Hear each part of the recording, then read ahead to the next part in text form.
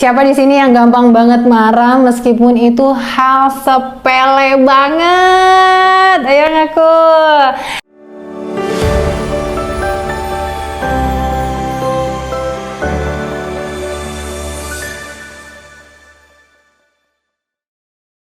Ya, sebenarnya kita perlu banget cari tahu akar masalahnya apa. Karena bisa jadi itu ada luka yang masih menganga gitu teman-teman. Ya, ibaratkan nih, teman-teman punya luka di tangan, tapi itu kamu nggak sadar gitu, nggak mau menerima luka itu, sehingga kamu langsung aja tutup gitu pakai gamis kamu, dan kamu langsung beraktivitas seperti biasa.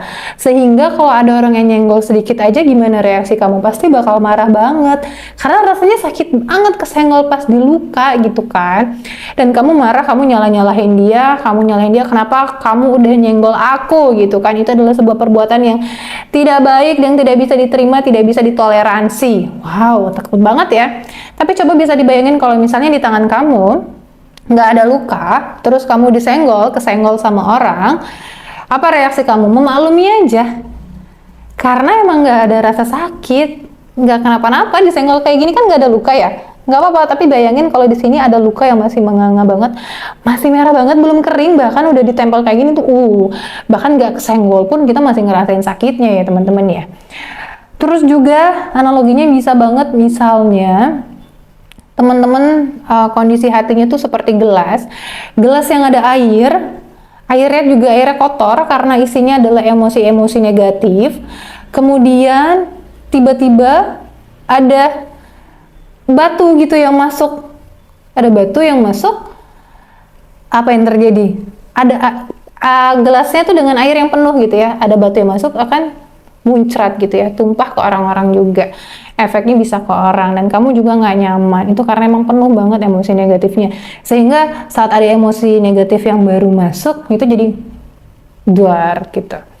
Kemudian bisa jadi mungkin kamu punya gelas, ya mungkin bersih ya, kamu nggak punya rasa sakit, tapi kondisi hatinya itu segede gelas gitu, sekecil gelas. Artinya saat ada 1 sendok garam yang masuk, kamu bakalan ngerasain gak nyaman banget, karena rasanya asin banget buat kamu, dan kamu jadi ke-trigger gitu kan buat melampiaskan emosi negatif itu. Dan selanjutnya, kalau misalnya kamu punya hati yang lapang banget kayak danau, terus dimasukin orang batu, terus dimasukin garam sesendok, gak akan ada rasa apa-apa, karena memang kapasitas hati kamu tuh udah lapang banget. Masya Allah. Nah, jadi ini tinggal PR kita teman-teman, tinggal PR kita. Yang pertama bisa banget untuk menyembuhkan luka yang ada. Kemudian yang kedua adalah untuk membersihkan air yang ada di dalam hati kita itu, untuk air yang bersih gitu ya. Jangan air yang kotor. Kalaupun kita ada batu gitu kepercikan orang, ya orang kerasanya rasa air yang bersih gitu teman-teman. Nah, yang ketiga adalah kita bisa memperbesarkan kapasitas diri kita, biar kalau ada kerikil-kerikil yang masuk, garam-garam yang masuk gitu ya, malah itu nggak akan ngaruh dengan hidup kita. Kalaupun ngaruh, itu bisa menjadikan sebuah pembelajaran aja. Kita malah nggak di-drive sama emosi negatif itu, teman-teman. Jadi yuk, cari akar permasalahannya apa. Kalau misalnya kamu gampang banget kesenggol terus marah, cari lukanya ada di mana gitu. Teman-teman perlu inner journey juga. Aku ada luka di mana ya? Ada di kaki kah? Ada di tangan? Ada di siku? Ada di belakang gitu? Ada di kepala? Cari dulu lukanya ada di mana. Karena saat kamu udah tahu lukanya di mana, kamu akan lebih mudah untuk menyembuhkannya dibanding kita menebak-nebak gitu ya, nebak-nebak. Apalagi kalau misalnya lukanya ada hubungannya sama orang lain. Kamu bisa temuin orang itu, minta maaf, selesaikan, pelukan gitu, dan selesai. Mudah-mudahan gak menyimpan dendam dan benci, kamu jadi lega banget hatinya. Selanjutnya yang kedua, kalau misalnya di hati kamu ini ada emosi negatif yang masih tersimpan, yuk dibuang gitu ya, dikeluarkan, ditumpahkan. Yang penting ditumpahin dulu deh. Mau itu nanti dibuang ataukah mau diolah menjadi sebuah karya, itu urusan nanti. Yang penting kamu keluarin dulu emosi negatif itu, biar hati kamu jadi punya ruang untuk bisa menerima emosi positif yang lain. Kalaupun ada emosi negatif yang kamu terima, dia nggak bakalan pecah. Kalau misalnya udah penuh terus masuk sedikit satu, kamu jadikan marah banget. Istilah kata minuman tumpah di rumah pun bisa menjadi sesuatu hal yang besar banget buat kamu. Kenapa? Karena emosi negatif kamu tuh udah penuh. dimasukin satu yang bisa men-trigger kamu menghasilkan emosi negatif, itu jadi bom buat kamu. Jadi yuk keluarkan dulu sampah perasaan kamu, emosi negatif kamu. Yang paling gampang banget itu dengan menulis. Karena kalau misalnya kita cerita sama orang lain, kita nggak tahu dia bisa ngejaga apa enggak gitu kan. Terus juga kita perlu set meeting lah dan yang lain-lain. Jadi paling aman, terus kita juga nggak terganggu sama ekspektasi dia mau seperti apa. Kita nggak terganggu sama feedback dia gitu kan. Jadi kamu tumpahin deh semuanya lewat tulisan. Karena dengan tulisan tuh kita, saat kita menulis, kemudian kita ada proses membaca, dan itu bisa banget kita mengambil sebuah pelajaran dari tulisan kita, teman-teman. Kemudian perbesar kapasitas. Perbesar kapasitas kita bisa banget dengan belajar gitu ya. Ngaji lagi yuk, tadaburin lagi ayat-ayat Allah.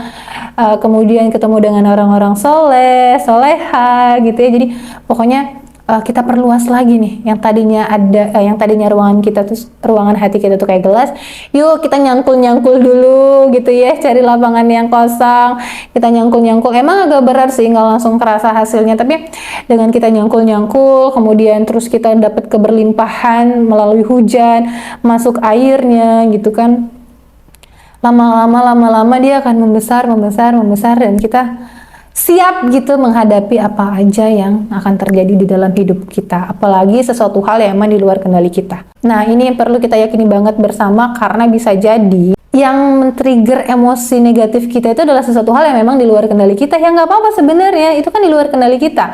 Apalagi urusan orang suka atau nggak sama kita, itu urusan dia, bukan urusan kita. Nah, kadang kita fokus sama yang bukan urusan kita, sehingga kita fokus mengendalikannya yang nggak terkendali sama kita, karena itu memang bukan kendali kita. Sehingga kita bakalan capek, yang bisa kita kendalikan nggak kita kendalikan, jadi bakal kacau jadinya, teman-teman.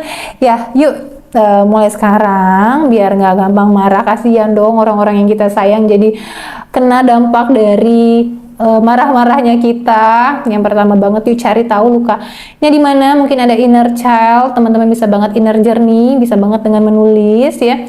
Yang kedua, teman-teman tumpahin, alirkan semua rasa yang teman-teman rasain, termasuk emosi negatif dan juga bisa emosi positif. Kemudian yang ketiga, yuk perbesar kapasitas kita dengan memperbanyak belajar. Bisa banget ya, bisa banget juga di nulis yuk. Di nulis yuk itu banyak banget juga teman-teman event-event untuk kita sehat mental. Jadi temukan inner journey-nya dengan menulis, alirkan rasanya dengan menulis, kemudian perbesar kapasitas dengan nulis yuk. Tapi bisa juga sih di tempat-tempat yang lain yang emang itu cocok dan nyaman dan sesuai dengan circle yang kamu harapkan.